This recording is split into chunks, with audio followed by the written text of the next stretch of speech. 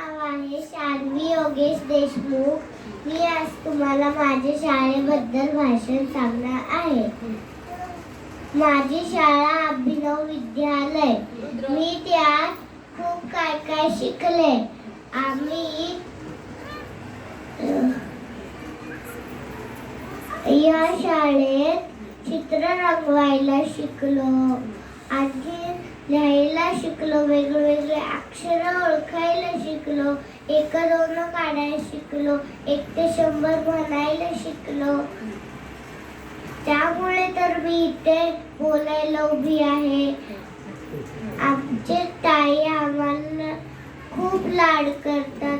आमचे ताई आम्हाला खूप प्रेम करतात.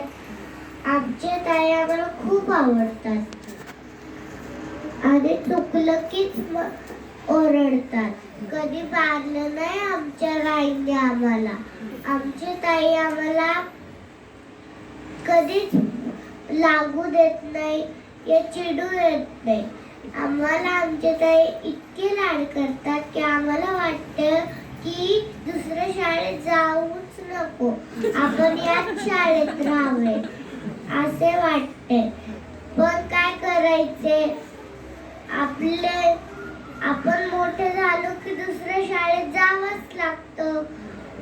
मग त्याच्यासाठी आम्ही जाणार आहोत. आमचे आई बाबा तर घाबरलेच होते, कारण की पहिल्याच मीटिंगला ते आले नाही.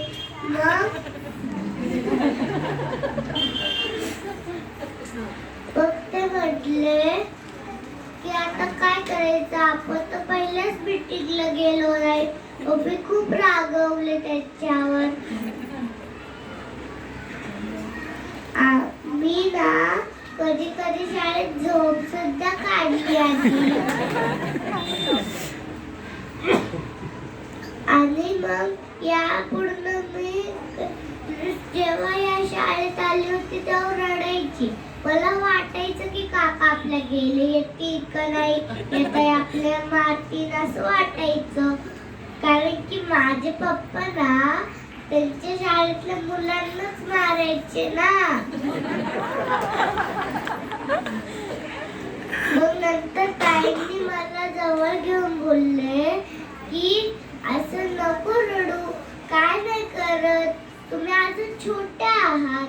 तुम्हाला ते कारण की ते का मारत होते, कारण की एकमेकावर दगडच फेकत होती मातीतली.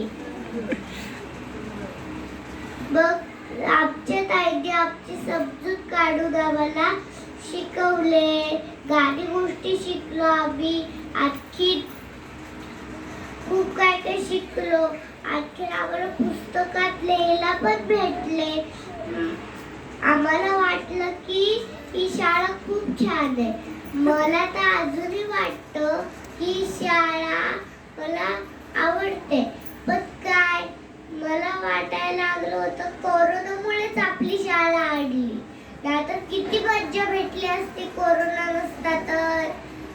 कोरोना जर पळवला असता आधीच तर आलाच नसता परत. हे म्हणून मी माझे भाषण संपवते.